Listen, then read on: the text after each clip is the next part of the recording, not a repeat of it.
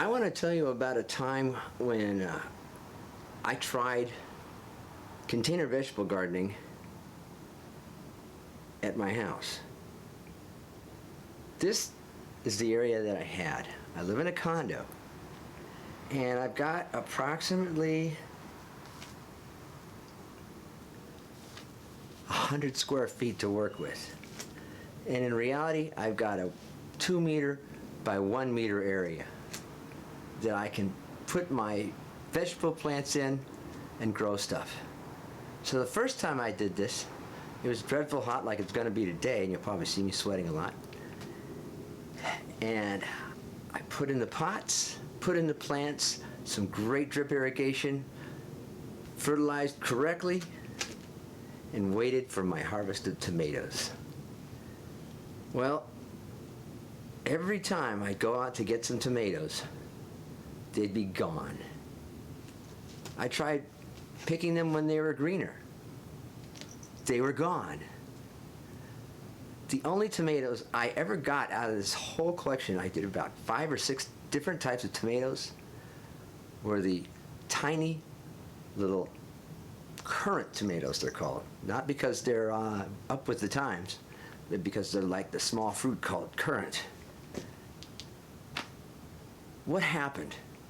I did get 1 or 2 tomatoes, but if you average the cost out of what I paid for those tomatoes, it was a lot of money. I paid probably over 50 bucks for each of those tomatoes. Now, I call this lecture the $30 tomato because that's being optimistic. What can you do to prevent this? Needless to say, I did some research after this happened.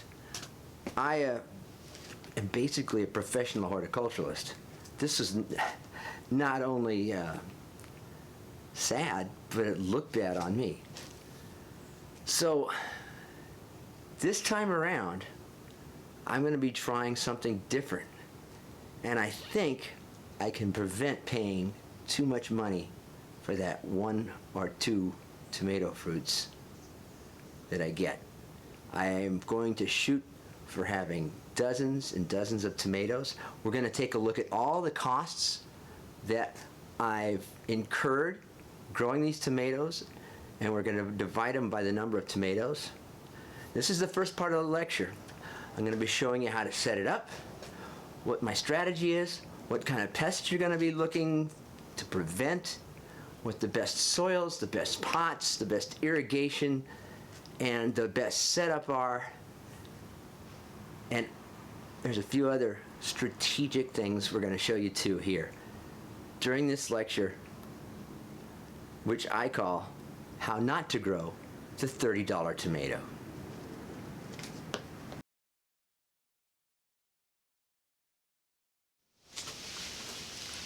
I want to talk about pots, containers, what you're going to put these plants in. And I'm going to let you know kind of an interesting secret. There's all kinds of different pots and containers you can use. Raised planting beds, ceramic containers, plastic. What's the best if you want to get the lowest priced tomato? The best if you want to get the lowest priced tomato is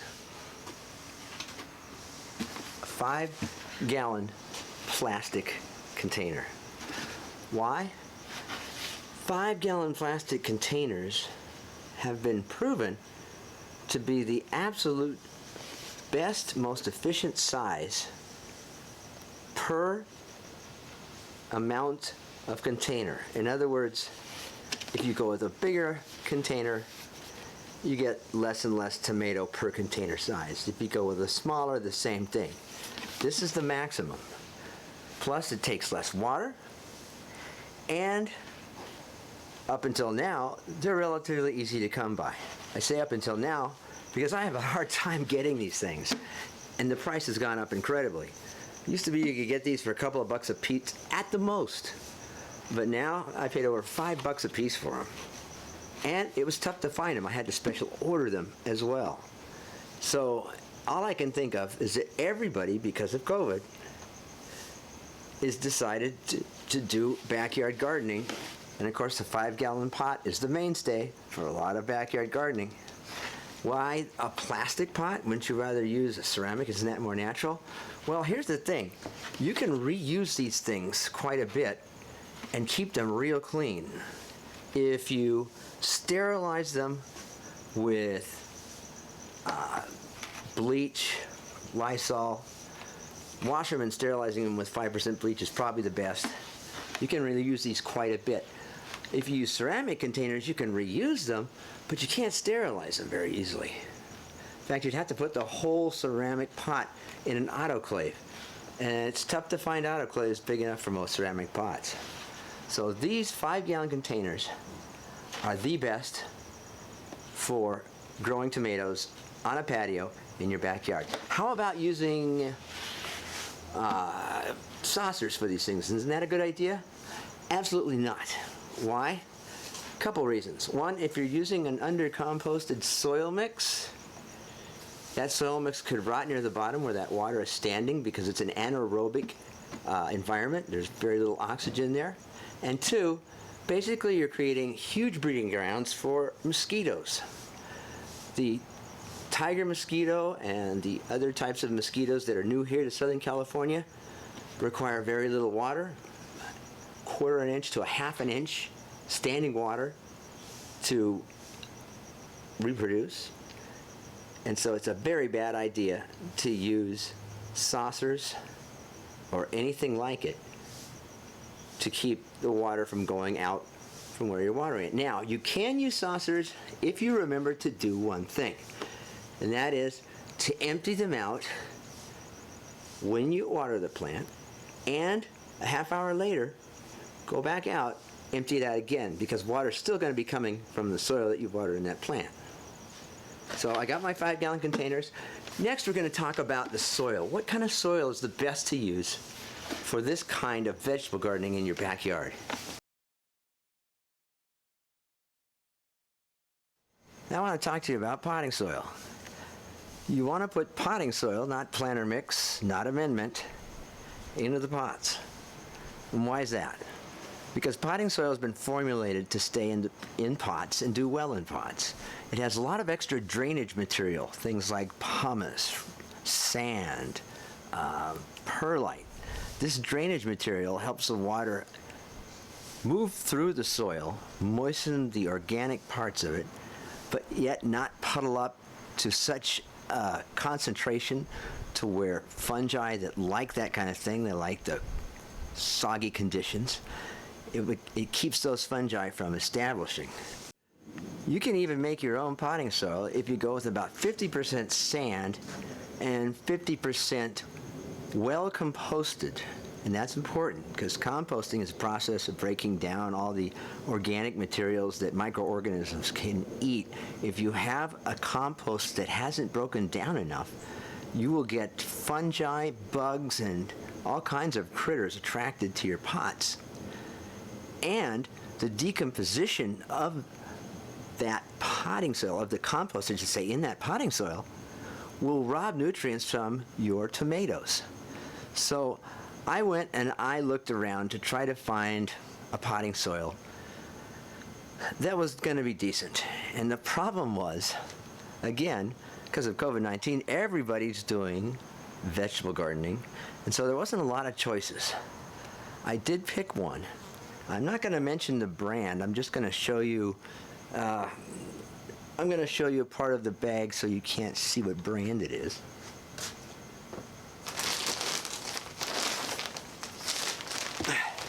Yeah, this is it right here. And this is about 25 dry quarts. Why is that important? It allows me to determine how much I will need for my containers. I'm using 5-gallon containers. Each has 4 quarts.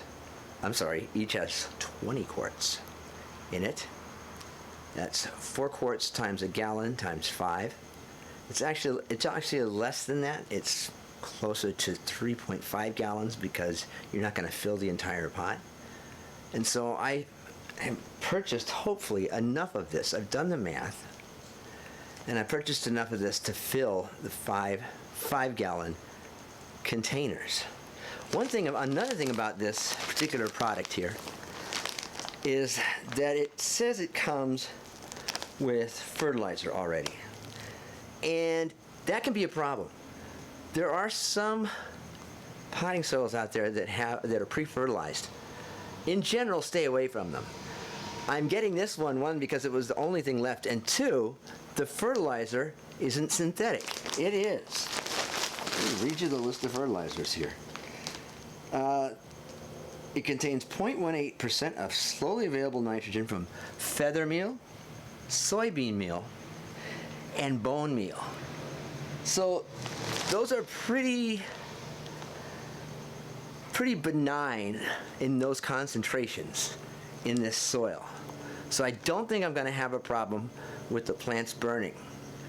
However, if you put fertilizer in a soil before you use it, or you put fertilizer on your plant immediately after you plant it, you risk burning the roots of the plant, which will lead to either the plant dying or the plant stunting and just sitting there the same size for the next 2 months. Nothing, I gotta tell you, nothing is more discouraging than watching a plant stay alive but go absolutely nowhere.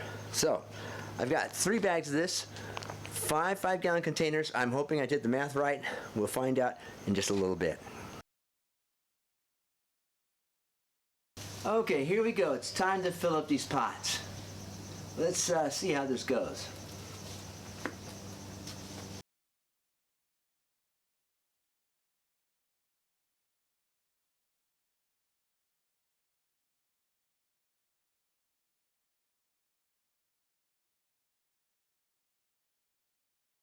Well, it looks like 2 bags may have done it. Let's find out. The next step is to tamp these down and then look at them, see if there's a little that needs to be added. Let's find out.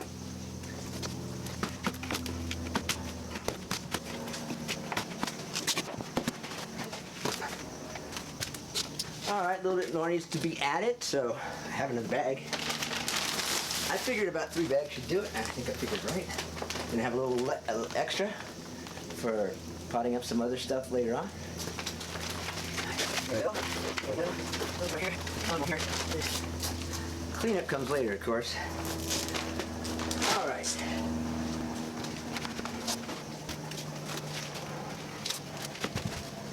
Now,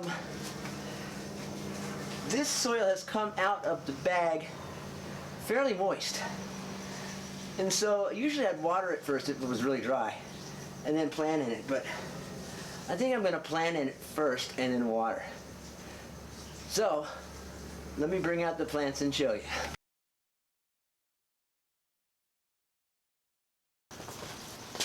I want to talk about plant selection, especially tomato selection. Tomato selection is extremely important if you are going to be growing in containers. Why is this? Because not all tomatoes do well in containers. What you want to find, if you can find it, sometimes it's a little tough, you want to find varieties that are known as determinate.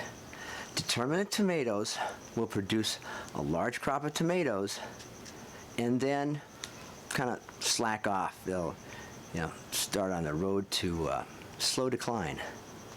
Indeterminates are tomatoes that keep going and can go throughout the season, and if you have a mild winter, they'll make it till next spring. Well, wouldn't you want one of those? Well, no. Why?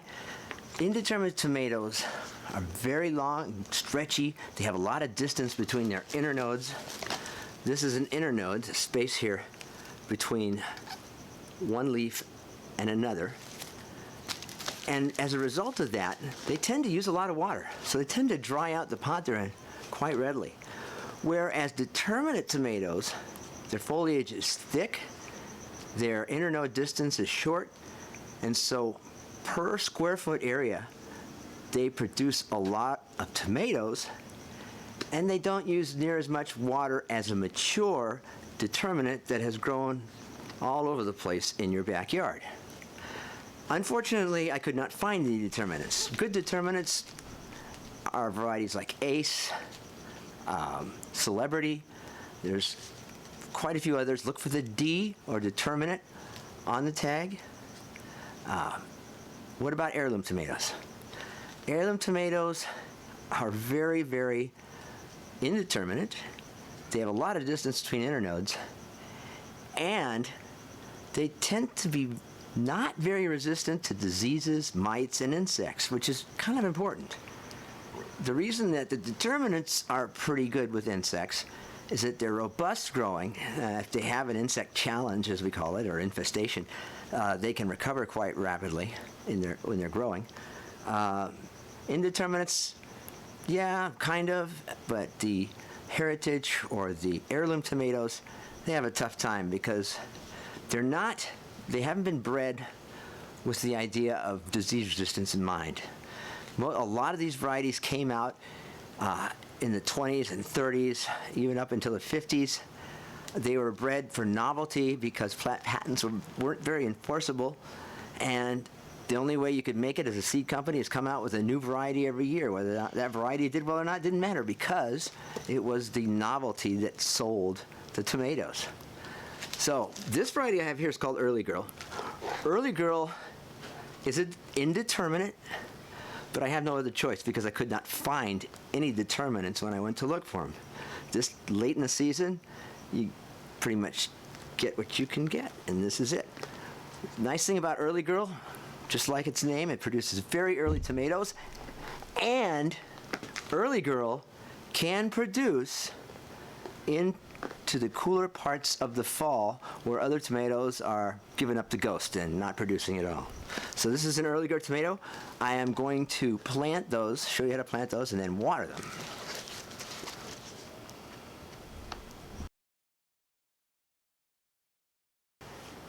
Let me show you how to plant these Early Girls because there's a specific way of planting them that results in much more robust, thicker, denser plants. And that is, first thing you do is you take one of these. Let me get a bigger one here just to show you. Take one of these. That looks overgrown, doesn't it? But this is perfect for what I want. Take one of these seedlings, Early Girl seedlings. Take all of the leaves off up until you want to leave at least 4 to 5 or more leaves and the growing tip, of course. And so I want to take this and plant that. But I am going to plant it deep. Now I'm going to use my hands because I forgot to bring out a trowel. I suggest using a trowel, but if you can use your hands. Just remember to wash them right afterwards. So I'm going to dig a nice hole in here with my hand.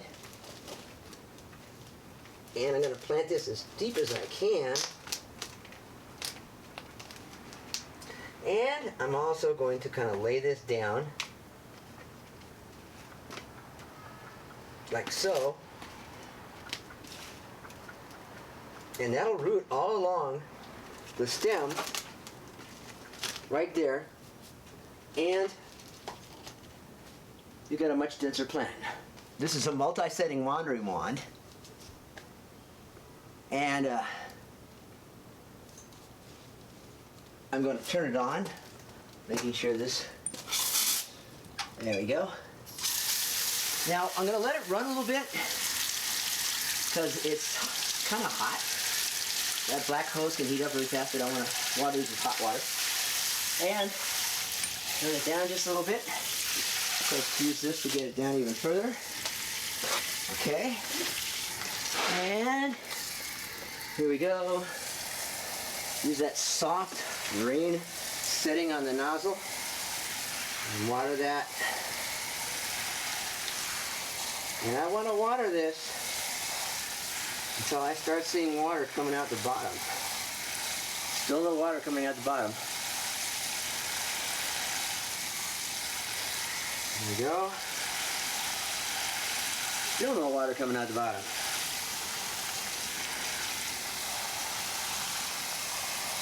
And still no water coming out. Oh, there's some coming out over there. And there we go. It's finally coming out. So I'm going to stop. And voila. Now, the next step after planting all these is going to be setting up the irrigation. And guess what? It's way too hot to set up irrigation here. So I'm going to do the rest of this in the evening when it's cool.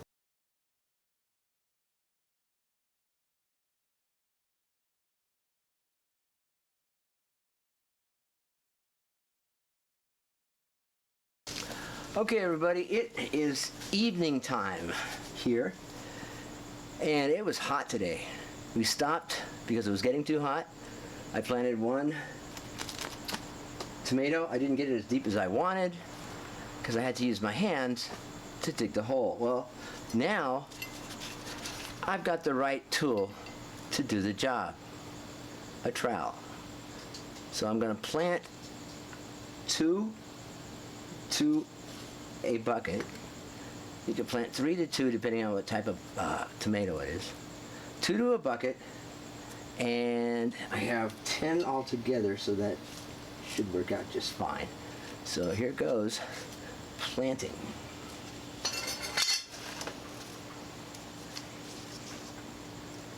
Okay, I'm going to reiterate, want to plant these deep, so we need to take off these leaves right here off the side, anything small and growing on the side there, and we're going to plant it about this deep right here. Let's do that.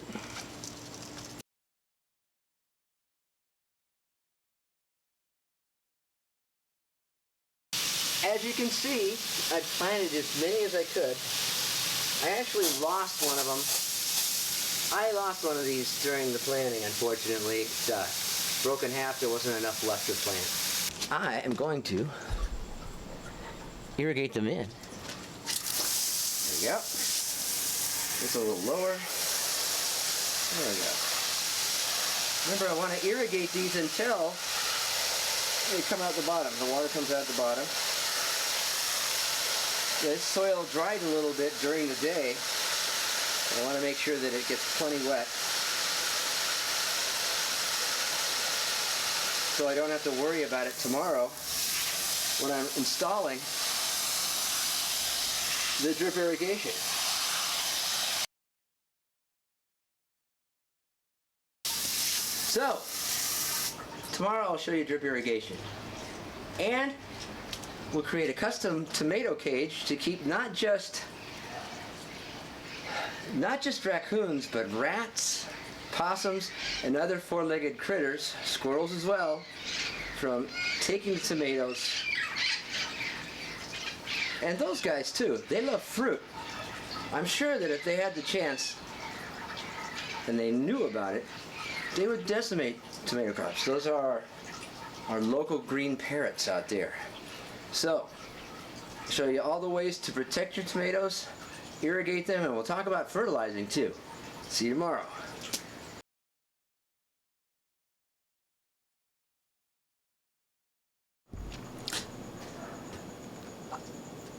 It took a while. I started this morning and I got heat exhaustion, and so I started again this evening. It took a while to get the drip irrigation all installed, and the process is pretty tough. Fitting the 1/4-inch pipes on all the little fittings they have there, you have to push really hard. But then I found a secret. I found a secret to doing this that you'll be glad I mentioned. Yes, heat the tubing up with a hair dryer or hair styler before you start pushing those barbs in, and you will be glad you did.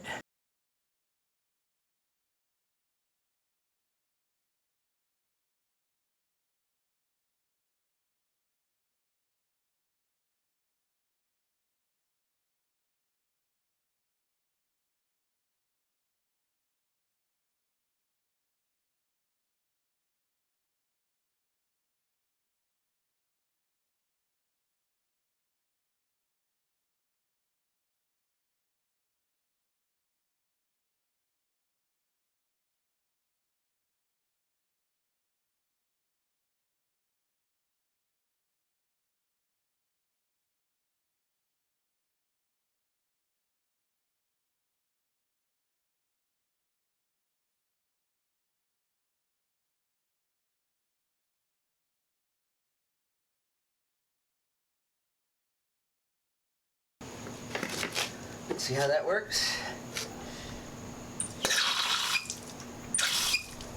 Turn that one off. Let's see.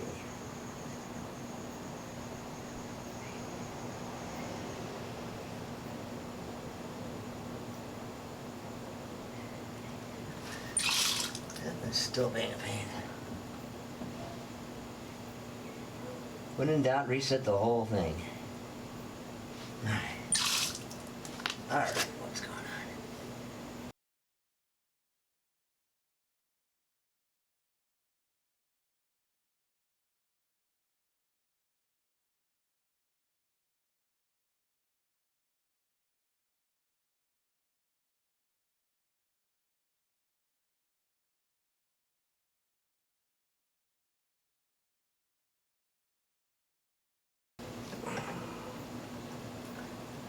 I'm not going to mess with that.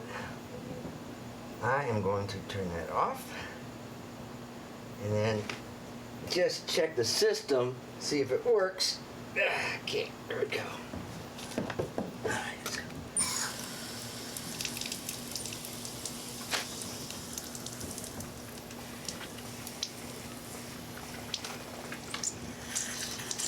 Like I said, I am going to need to buy a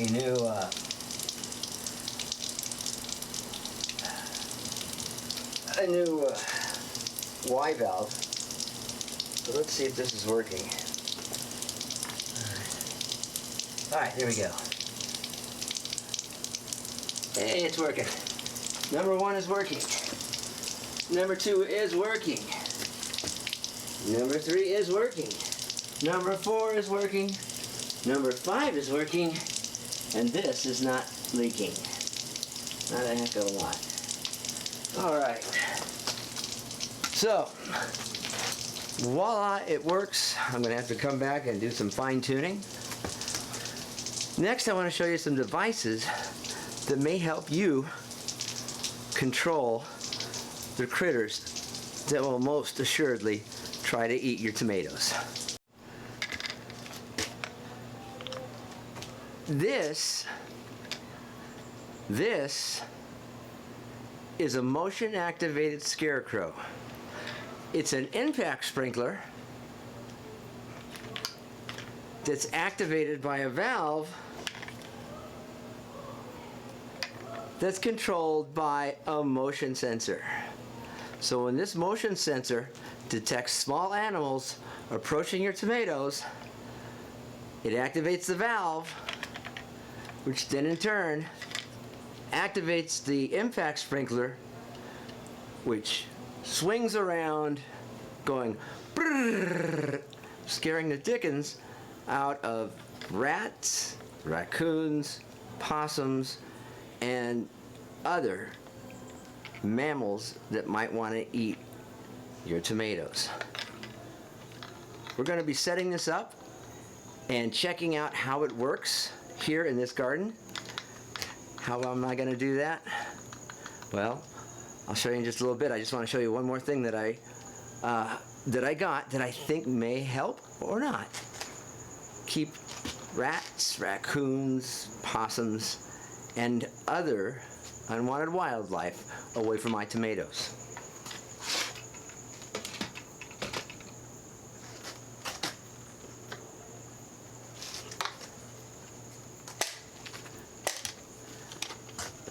What is this? This is approximately $40 of pure obnoxious. It's what is called a ultrasonic repellent. Does it work? The jury's out on that one. It does flash lights and make an audible noise as well, and it activates all of these by using a motion sensor. Let's listen. It uses regular AA batteries. Okay.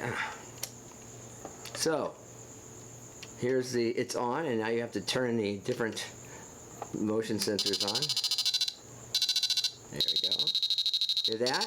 That's different sounds, supposedly scare away different types of vermin. And then we have this lovely Look at that. There we go. And this is the ultrasonic sound. This is the one-size-fits-all sound. There's other sounds you can barely hear. You hear that? Of course you can't. It's ultrasonic. There's another one. Oh, I can hear that. I can definitely hear that. And I can hear that too. But then again, I have some weirdly attuned hearing to the higher registers. That's a lot of fun, isn't it? Now, you can imagine, this is probably a... I don't know what that scares away. I think that's the deer. But, the question is, will this work?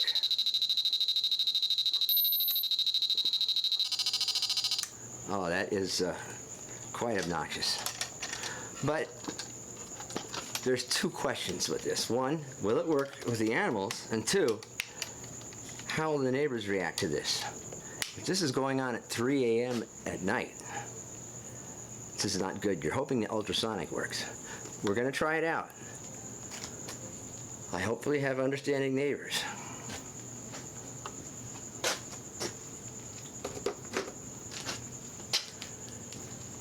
And finally, next week, we're going to be creating cages for these tomatoes. Our own cages. Why? I have not yet defined a decent tomato cage that keeps rats and other critters away from the tomatoes. I'm going to make these things out of snow fencing. Have you ever seen snow fencing? It has small it's about less than an inch as far as the mesh on it. Small hexagonal, it's almost like a finer chicken wire, and it's coated in orange plastic so that ostensibly the snow won't rust it out. I'm figuring this orange plastic will act as a warning sign. Hopefully, if it was, now you have to be careful with colors, because if you have, say, yellow plastic, what happens with yellow plastic? It attracts aphids, whiteflies, and mealybugs. So I'm hoping the orange doesn't do the same thing. Finally, let's talk about controlling pests on your tomatoes. Right now, I don't have much in the way of pests. They're starting out. I saw maybe one little leaf miner infestation. I'm not going to worry about it unless it gets worse. But inevitably, from my experience, I'm going to have run-ins with spider mites, aphids, maybe some whitefly, and if I'm really unlucky, the worst of them all, the chili thrip. What is a chili thrip? Chili thrip is a new invasive pest here in Southern California. It attacks roses, it attacks anything in the chili family, which unfortunately is what tomatoes are related to. They're in the Solanaceae, which is the solanum family, or the nightshade family. Tomatoes and chilies, both in the same family, and so I'll have to keep an eye out for chili thrips. Unfortunately, once you see the damage, it's usually too late. So hopefully I can have to inspect them really close. And here's where it wouldn't be a bad idea to do a white paper test. What's a white paper test? So you take a piece of white paper, you knock on the leaves up, you put it underneath the leaves, you knock on the leaves, and then you take a loop really quickly and you inspect it for anything moving around. That way you can see chili thrips, you can see spider mites, and you can see all the other tiny little insects that do the most damage. Anyway, we'll be seeing you next week with all that fun stuff. Hopefully I'll have the new Y valve in place, and I won't be leaking out more water than I'm watering the plants with. And if you're going to do this, I'd say go for it. It is a lot of fun. There's nothing like growing your own tomatoes, and even if your tomatoes cost you 30 to 50 bucks, they're well worth it. Thank you for watching How Not to Grow the $30 Tomato.